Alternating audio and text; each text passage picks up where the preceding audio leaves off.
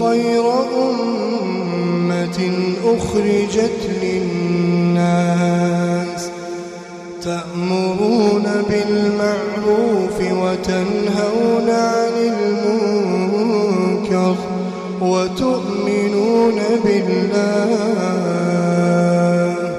ولو آمن أهل الكتاب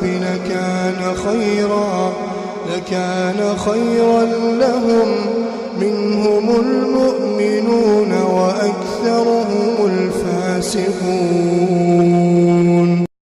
بسم الله الرحمن الرحيم. الحمد لله رب العالمين، والصلاة والسلام على أشرف الأنبياء والمرسلين نبينا محمد وعلى آله وصحبه أجمعين. قال المؤلف رحمه الله: باب ما جاء في الذبح لغير الله. محترم طلباء كرام رنو، مصنف رحمه الله دا باب راوړو د دې عنوان کې خوسته چې ذبح د غیر الله د پاره د دې څه حکم دی. دا باب دی په بیان د هغه څه کې چې راغلي دي په باره د ذبح د غیر الله کې، هغه نصوص، هغه آیاتونه، هغه احادیث چې د ذبح باره کې راغلي دي. نو چا چې ذبح د غیر الله د پاره وکړله، من ذبح لغیر الله فهو مشرک، دا د دې باب حکم دی. چا چې د غیر الله د پاره ذبح وکړله دا مشرک دی. ولې مشرک دی؟ وجه دا ده چې ذبح کول دا ډیر لوی عبادت دی، قربانی ده. فصل لربک وانحر، نو دا د عبادت یو ډیر ښکلی قسم دی. قربانی کول، وینه تویول د رب العالمین د رضا دپاره، چونکې دا عبادت دی او عبادت د غیر الله دپاره کول شرک اکبر دی. مصنف رحمه الله مخکې یوه وعده کړې وه، هغه وعده دا وه چې هغه دا باب راوړی و چې باب تفسیر التوحید و شهادة ان لا اله الا الله، د توحید پوره وضاحت او د دې کلمې د توحید پوره شرحه وایي دا وروسته بابونه دي. بیا موږ دا خبره ذکر کړې وه چې دا بابونه چې مصنف رحمه الله ذکر کوي دا دوه قسمه دي. یو هغه قسم بابونه دي چې هغه د شرک اکبر سره تعلق ساتي، چې په هغې باندې د هغې په ارتکاب سره انسان د اسلامي سرمایې نه محرومیږي، د اسلامي ملت نه خارجیږي والعیاذ بالله. او دویم قسم هغه بابونه راوړي چې هغه شرک اصغر دی، چې د هغې په وجه باندې دا د ملت اسلامي نه خارجیږي، خو دومره ده چې توحید ته ډیره لویه ضربه رسیږي.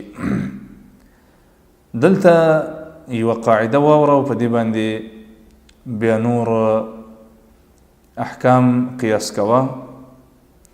اوله دا ده چې شرک اکبر باره کې قاعده دا ده چې ان يصرف العبد نوعا او فردا من افراد العبادة لغير الله. د عبادت یو نوعه یا د عبادت هر یو قسم دا چې د غیر الله د پاره وکړی شي نو دا شرک اکبر دی او په دې باندې انسان د ملت اسلامي نه خارجیږي. نو هر هغه اعتقاد، هر هغه عمل، هر هغه وینا چې هغه په شریعت اسلامي کې په هغې باندې امر راغلی، نو د دې ته عبادت وایي. نو د دې قسم ماموراتو غیر الله دپاره دا کول دا شرک اکبر دی. او شرک اصغر څه ته وایي؟ كل وسيلة وذريعة يتطرق منها إلى الشرك الأكبر من الإرادات والأقوال والأفعال التي لم تبلغ رتبة العبادة فهو شرك أصغر. هر هغه وسیله، هر هغه ذریعه چې د هغې د وجې نه انسان په شرک اکبر کې واقع کیږي، که هغه ارادي وي، که نیتونه وي، که اقوال وي، که افعال وي، کارونه وي، دې باندې انسان دې ته شرک اصغر وایي. د دې مثال هغه دا دی چې د صالحینو په باره کې ډېره غلو کول د دې نه شرک پیدا کیږي. پلانکې بزرګ داسې دی او پلانکې شیخ داسې دی او دا ډېره غلو دغه په شان کې کوي، بیا دومره محبت سره پیدا شي چې هغومره محبت د الله سره نه وي، دومره بیا د هغه نه ویرېږي چې دومره د الله نه نه ویرېږي، هېڅ په شرک اکبر کې واقع شي. نو شرک اکبر ته چې کوم ذرایع دي، کوم وسایل دي، دا شرک اصغر دی. د دې وجې نه د صالحینو په باب کې دومره غلو کول چې د حد نه ورتېر شي، دا هم غلو ده. په خپل ځای کې د دې وضاحت راځي، خو دومره موږ ذکر کړله چې دا قاعده وپېژنو په شرک اکبر او شرک اصغر کې.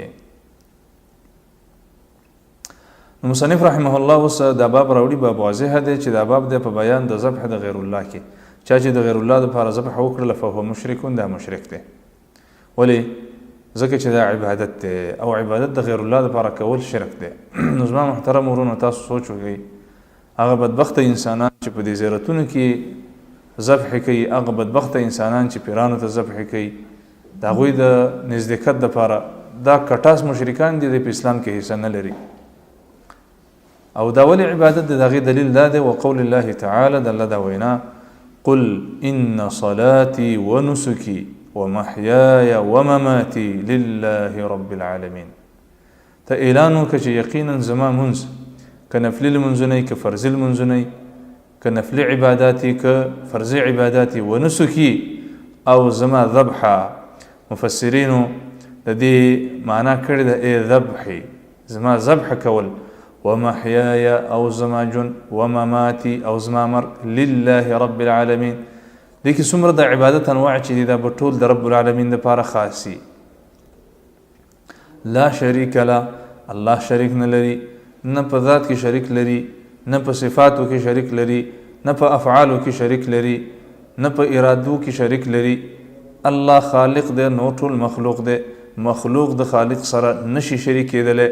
وبذلك امرت وانا اول المسلمین، او په دې باندې ماته امر شوی دی او زه اول مسلمان یم. واضحه خبره ده چې ذبح کول د غیر الله دپاره دا شرک دی، لکه څنګه چې په دې آیات کریمه کې واضحه ده خبره بیان شوله. همدارنګه الله سبحانه وتعالی فرمایي فصل لربک وانحر، ته مونځ کوه د خپل الله دپاره دې مونځ کوه، وانحر او د الله دپاره قرباني کوه. نو دا نحر ذبح کول دا عبادت دی، او د عبادت د غیر الله دپاره دا شرک دی. نو دا موږ مختصره بیان کړله چې ذبح کول دا شرک دی. ولې؟ ځکه چې دا عبادت دی. عبادت ولې دی؟ ځکه چې قرآن کې د دې تخصیص د رب العالمین دپاره راغلی دی. او هغه قاعده موږ ذکر کړله چې شرک اکبر څه ته وایي، شرک اصغر څه ته وایي. نو موږ وفرمایل چې ان یصرف العبد نوعا او فردا من افراد العبادة لغیر الله، د غیر الله دپاره چې څوک د عبادت یو نوعه یا د عبادت هر یو قسم وګرځي، په دې باندې دا په شرک اکبر کې واقع کیږي او د ملت اسلامي نه خارجي. او موږ وفرمایل چې شرک اصغر څه ته وایي؟ كل وسيلة وذريعة يتطرق منها إلى الشرك الأكبر من الإرادات والأقوال والأفعال التي لم تبلغ رتبة العبادة. هغه وسایل، هغه ذرایع چې د هغې د وجې نه انسان په شرک اکبر کې واقع کیږي، دې ته شرک اصغر وایي. او د دې ټولو نه ځان ساتل واجب دي، د دې د وجې نه چې د انسان د توحید کومه چې دا صفا پاتې شي او میوې ورکړي، او داسې نه چې انسان ته پته نه وي او د توحید ونه راغوزار شوي وي. الله سبحانه وتعالی دې زموږ او ستاسو د عقیدو اصلاح وکړي. د باب کې چې کوم حدیث دی او نور مسائل دي انشاءالله هغه به بل درس کې بیان کو بعون الله وتوفیقه. والله تعالی اعلم. صلى الله وسلم وبارك على نبينا محمد وعلى آله وصحبه أجمعين.